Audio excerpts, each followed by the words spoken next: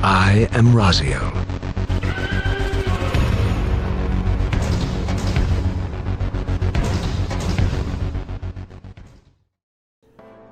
What is up, guys? Raziel here, and this is my guide to the Titania Extreme fight, or the the plague fight, as everybody calls it. This is going to be the one of the first extreme primals you face in Final Fantasy XIV Shadowbringers, and it drops item level 450 weapons, as well as a possible mount.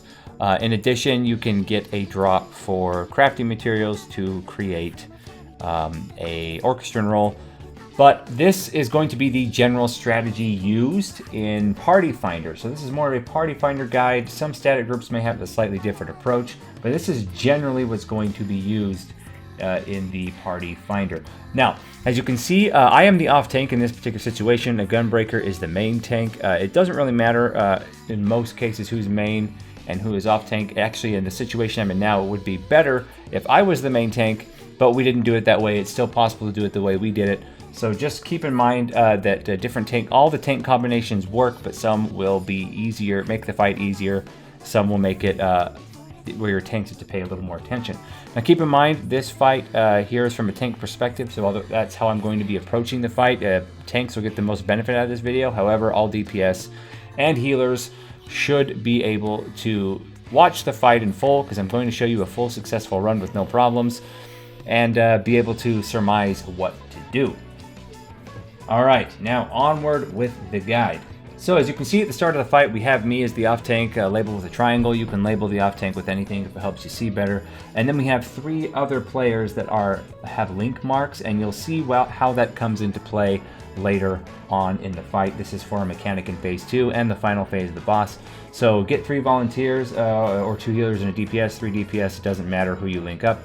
So as you can see here, we are going to go ahead and pull with the markers on the ground. Now, as you can see from these markers, we have everything set up to where there is north, south, east, and west. Each have a letter, and then 1 and 2 on the west and the east side, respectively. So what this means is at the beginning of the fight, you're going to be asked where on the grid you want to be, whether you're going to be cardinals or intercardinals.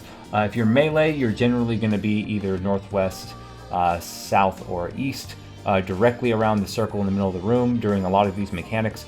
If you are a ranged, you're going to be in one of the 4 corners, if you can be, as you can see. So in between, for example, C and D, the corner between C and D, the corner between B and D, etc., etc. So you're going to pick that out at the start of the fight. In addition, you're going to put down a marker 1 and 2, and you're going to need 2 stacks of 4, 1 tank and 1 healer and 2 DPS in each one. And you will see why as we go on. So keep in mind that in phase 1, everything is 100% scripted, as well as phase 2. Nothing gets random until phase 3. So once you do this once, you fuck up once, you shouldn't fuck up again, all right? So the first thing you're going to see here after the initial pull is just a room-wide AoE. It's unavoidable. Don't worry about it. Just keep on DPS and doing your thing. As it goes on, though, the next thing she's going to do is a Phantom Rune. Now, the Phantom Rune first this time is always going to be one where you have to get out. But later, keep in mind, pay attention in phase 3, because the Phantom Rune will be random, and the only way to tell which, if you need to go in or out, is going to be her wings. If her wings spread out big, get out. If they close in, get in close. Okay, as you can see, we continue on, and then the next rune that comes up is the Mist Rune. And this is where your positions come into play. You see the puddles all around the room, and they have a timer going around them. Everybody needs to be in one by the time the timer expires.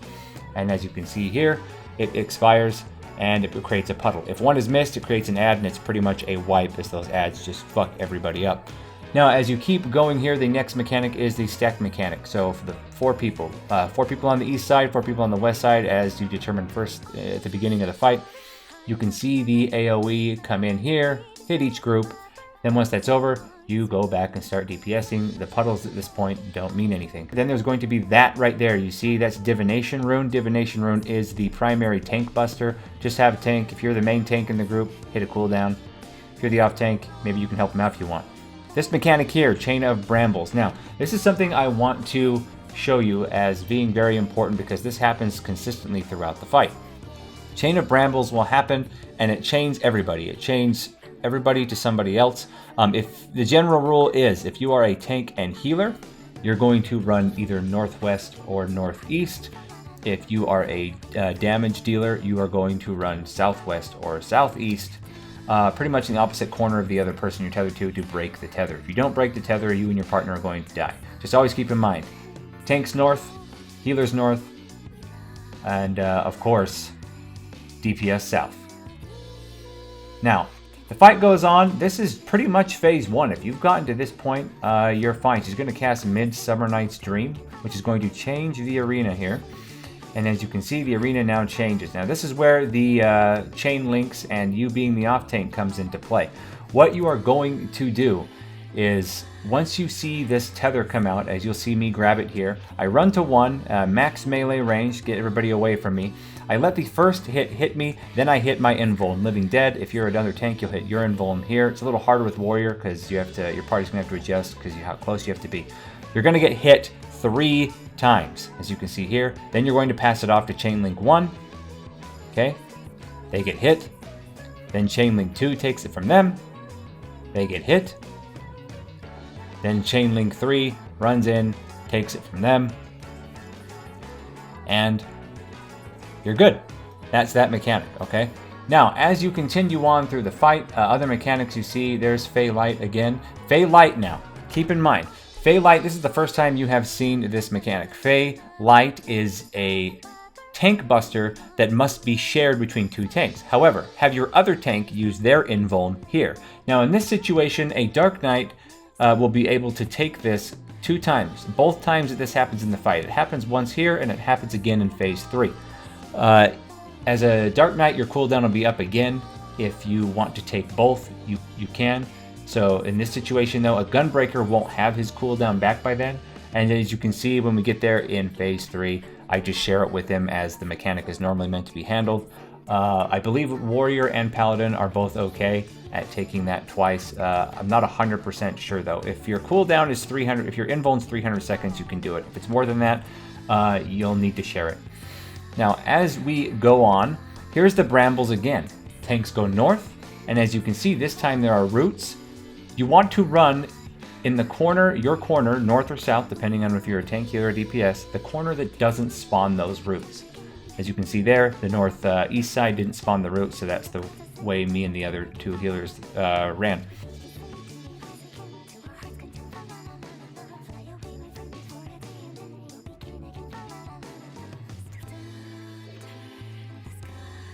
There's another tank buster there. Okay, just keep in mind, Divination Rune is the tank buster, so you want to keep an eye on that. Next, we have another new mechanic. It's also in normal, which is the Frost Rune. Now what you're going to do is stay in the middle, find the location where the rune spawns last, you wait there, once it disappears, you move back out. Simple as shit. Okay, there's going to be some spread out markers here. Get hit, keep going. Another room where you get inside. Keep an eye on our wings. Again, that one's always going to be an in though. Script phase 1 and 2 are completely scripted. There are no random elements to this phase of the fight. Now, as we go on, you're going to see the add phase. This is where most groups start to have problems. As the off tank, you're going to generally, and Party Finder, tank the west add here. If you're the main tank, you're generally going to be tanking the north add. Now, the damage rotation about this, the damage priority, everyone should kill the east add, then the north add, then the west add. Both tanks, keep in mind that there is a tank buster that each one of these NPCs has, and so you're going to want to use a cooldown each time that comes out, as you can see there. Once you have all 3 adds dead, generally all DPS and healers have to deal with is keeping people alive and these spread markers that continuously come out throughout this phase. So, west add is about to die. Again, this fight really isn't that complex. Once you get into it, you'll see that it's quite doable, even in like for the base required item level gear 430.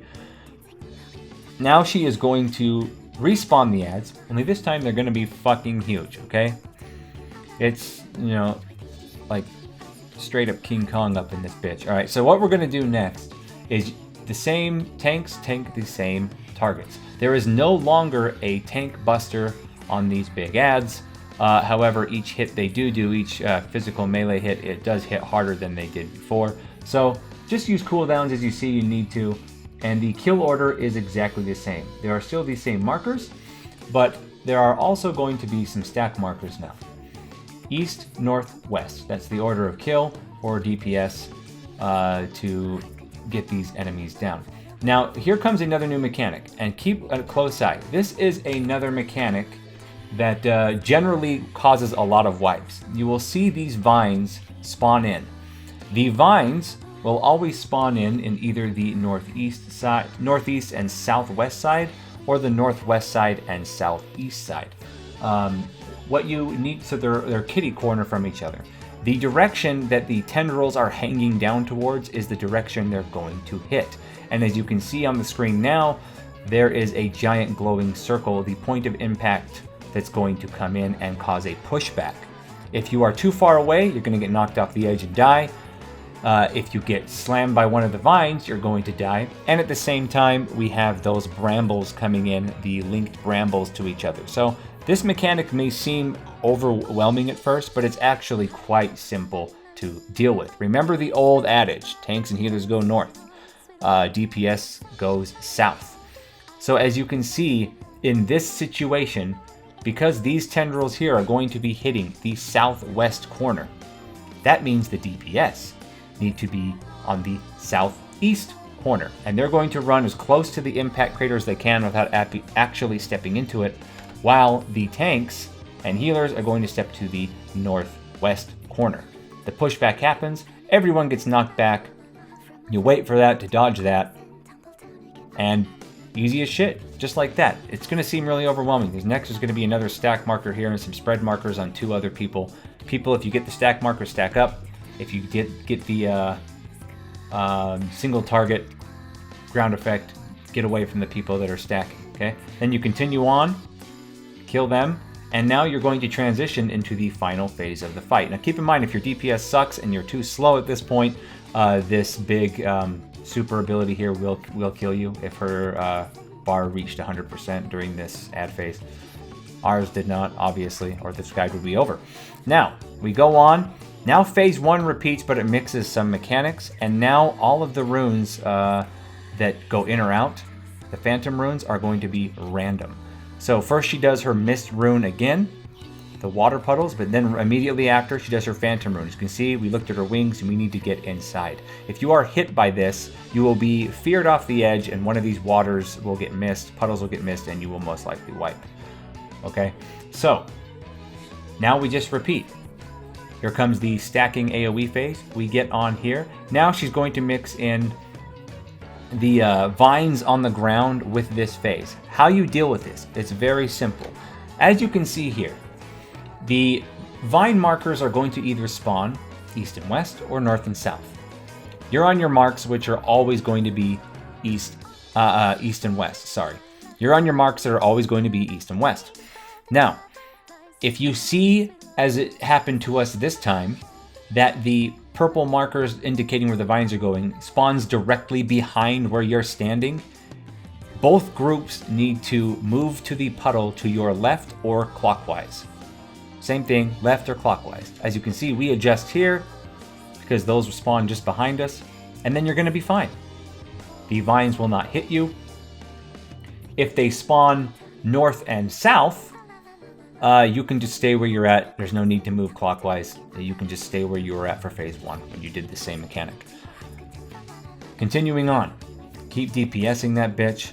She does another phantom room, so watch her wings there.